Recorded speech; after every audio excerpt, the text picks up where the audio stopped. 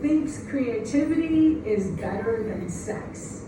That was the 6-word biography that I gave at a work retreat. The guy next to me, his 6 words were, glad I'm not married to Colleen. Creativity's been a part of my life, like all of my life. You know, I was an artistic kid, loved to draw, and I really wanted so badly to take art lessons so I could be better than Lenny Skrzina. But my parents, you know, they couldn't afford it, and really they just didn't prioritize the arts. My mom was, you know, Depression-era baby who I used to say could fix anything with duct tape and a butter knife. And she was very practical and urged me to be practical as I grew older and was thinking about college. You know, I so wanted to be an art major, but she said, do something practical, you can always do art on the side. So, when I was a first-gen kid and on my own when it came to college, my parents didn't go to school, supported me doing so, but made it clear I was on my own. So, I took the practical route and accepted a scholarship to teach special education, like to be a special ed major as long as I taught special ed when I graduated. So, okay, well that lasted 3 semesters. My sophomore year I had an art education class, and my teacher was looking at my work one day and was just like, why aren't you an art major? And really that was all the encouragement I needed. The next day I went, changed my major, lost my scholarship, you know, immediately accrued the debt of paying it back.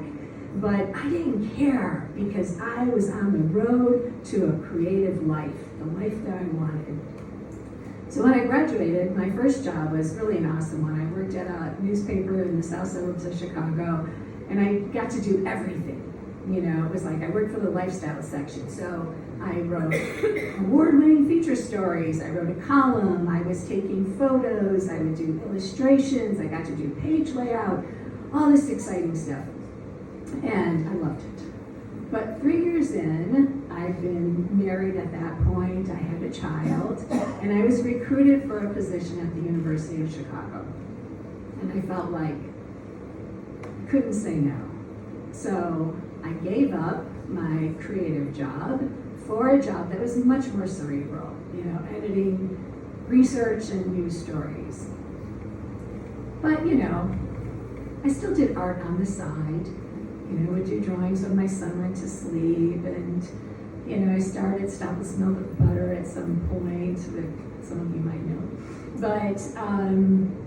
But then, I did have some measure of creativity in my work, especially when I took over the quote publications department at that time, and I was tasked with making it an in-house creative agency.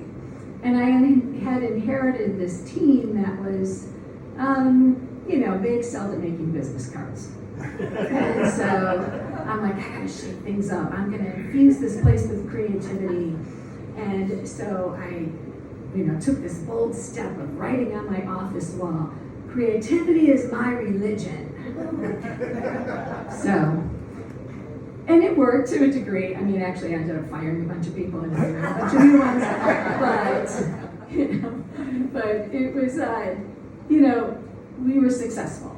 Took our revenues from $200,000 the first year to almost $2 million within 3 years. So I felt good about that. You know, it was very gratifying.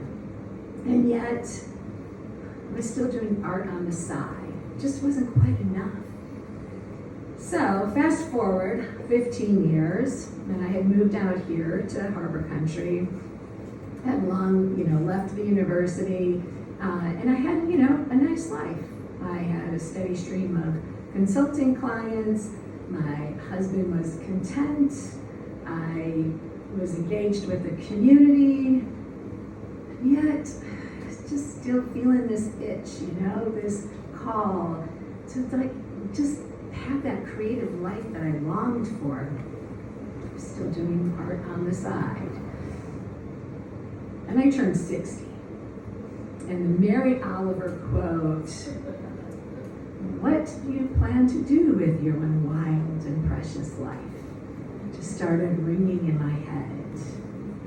Wild and precious life, your one life. And I just felt like I needed to explore that. I was still doing art on the side. And then, I did not see it this way until working on this story yesterday with Mickey. But it was like all these years of doing art on the side was doing me on the side. I was always, did that thing that millions of women do all around the world of putting everybody and everything else first.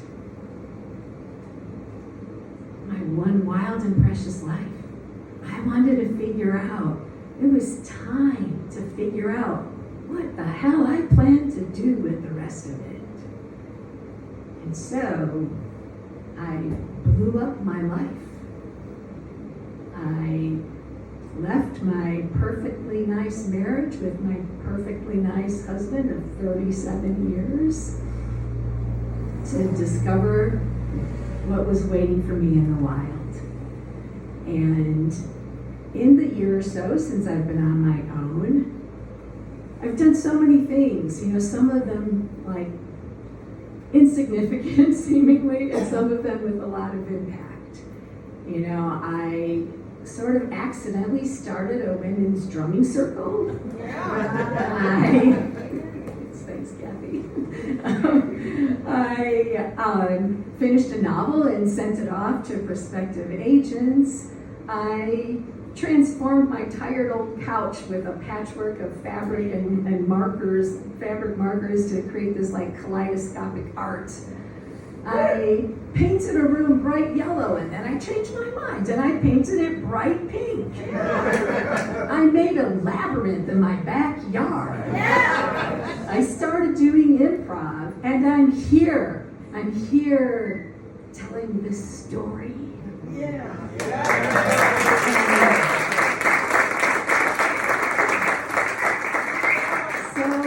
I blew up my life, but I blew it up like a balloon so that I might soar. Thank you.